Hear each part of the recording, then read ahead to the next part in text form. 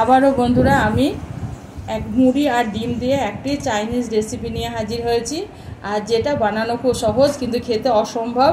আসুন বন্ধুরা এবার এটা আমি বানিয়ে দেখাই। আর এর জন্য আমি প্রথমে একটা বাটির মধ্যে 2 কাপ মুড়ি নিয়ে নিলাম। মুড়িটা দেওয়ার পর আমি এক গ্লাস জল মুড়িটার মধ্যে দিয়ে দেব বন্ধুরা। এবার এটাকে চামচের দিয়ে নেড়ে আমি জলের মধ্যে কিছুক্ষণের জন্য ভিজিয়ে রাখবো। মিনিট 2 আমি জলের মধ্যে ভিজিয়ে রাখবো বন্ধুরা। আর এটা একটা অসম্ভব টেস্টি রেসিপি, খেতে অসাধারণ লাগে বন্ধুরা। আর আমি এটাকে সরিয়ে রাখবো। এবার আমি এখানে নিয়ে নেব কিছুটা কুচনো গাজর। একটা কুচনো আমি গাজর নিয়েছি, আর কিছুটা নিয়েছি ক্যাপসিকাম কুচনো, আর 2টো কাঁচা লঙ্কা কুচনো, কিছুটা রসুন কুচি, আর একটা পেঁয়াজ কুচনো। এবার বন্ধুরা আমি গ্যাসের মধ্যে একটা প্যান বসিয়ে দিয়েছি। প্যানের মধ্যে আমি কিছুটা সাদা তেল দিয়ে দিলাম। তেলটা গরম হলে আমি একটা ডিমকে এখানে দিয়ে দিলাম। ডিমটা দেওয়ার পর আমি একটু লবণ আর একটু গোলমরিচ গুঁড়ো দিয়ে দেব। এবার ডিমটাকে আমি ভেজে নেব বন্ধুরা, অর্থাৎ ডিমের আমি একটা ঝুড়ি বানিয়ে নেব। আর ডিমটাকে খুব কড়া করে ভাজার প্রয়োজন নেই। ডিমটা একটু নরম নরম যেন থাকে বন্ধুরা, না হলে কড়া করে ভাজলে ডিমটা শক্ত হয়ে যাবে।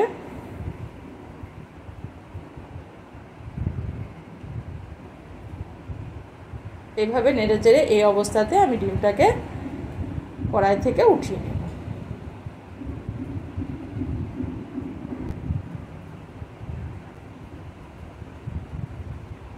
আবার বন্ধুরা আমি এই প্যানের মধ্যে দিয়ে দেব অল্প একটু সাদা তেল, আর যে রসুন কুচিটা ছিল সেটা দিয়ে দিলাম, আর লঙ্কা কুচনোটা দিয়ে দিলাম। একবার নেড়ে নিয়ে আমি এখানে দিয়ে দেবো সে কুচনো পেঁয়াজগুলো। এবার এটাকে নেড়ে চেড়ে নেব।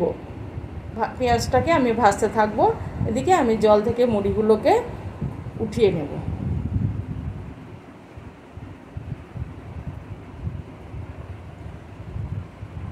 এবার বন্ধুরা আমি যে পেঁয়াজটাকে একটু লাল হলে আমি যে গাজরটা কেটে রেখেছিলাম সেটাকে দিয়ে দিয়েছি, আর দিয়ে দিলাম যে ক্যাপসিকামটাকে কেটে রেখেছিলাম সেটাকে দিয়ে দিলাম।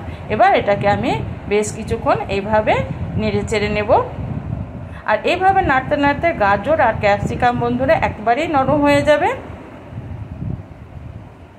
এবার আমি এখানে দিয়ে দিলাম গোলমরিচ গুঁড়ো।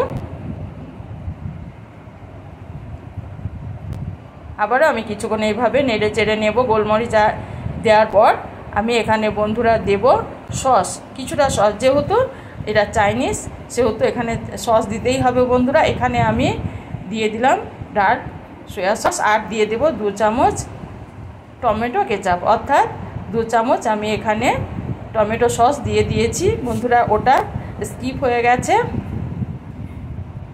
এবার এটাকে নেড়ে চেড়ে নিলাম। টমেটো সস আর সসটা দেওয়ার পর একটু নেড়ে চেড়ে আমি দিয়ে দিলাম 1/2 চামচের অল্প একটু চিনিটা দেওয়ার পর আমি দিয়ে দিলাম যে ডিমটাকে আমি ভেজে রেখেছিলাম সেটাকে দিয়ে দিলাম। এবার সমস্ত উপকরণগুলোকে আমি মিডিয়াম হিটে এইভাবে একটু নেড়ে চেড়ে ভেজে নেব বন্ধুরা। আর গ্যাসটা এই অবস্থায় একদম জোরে দিলে চলবে না।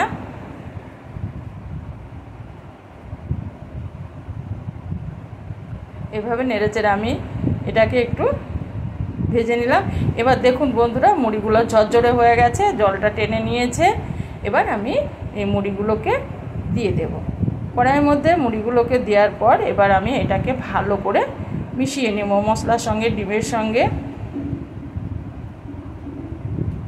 এইভাবে একবার বাড়িতে বানিয়ে দেখবেন বন্ধুরা, বাচ্চারা টিফিনে নিয়ে যেতে খুব মজা পায়, আর অফিসেও খুব এটা ভালো একটা টিফিনের রেসিপি, খেতে দারুণ লাগে বন্ধুরা। আর খুব কম সময়ে হয়ে যায় ঘরোয়া উপকরণ দিয়ে।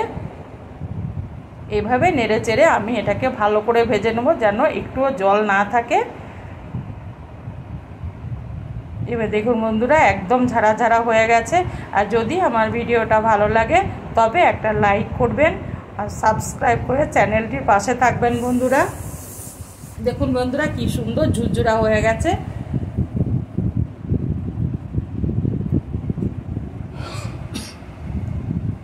এবার আমি একটা প্লেটের মধ্যে উঠিয়ে নেব। দেখুন বন্ধুরা অসম্ভব সুন্দর আর অসম্ভব টেস্টি একটি চাইনিজ রেসিপি। আর এবার আমার এই চাইনিজ রেসিপিটি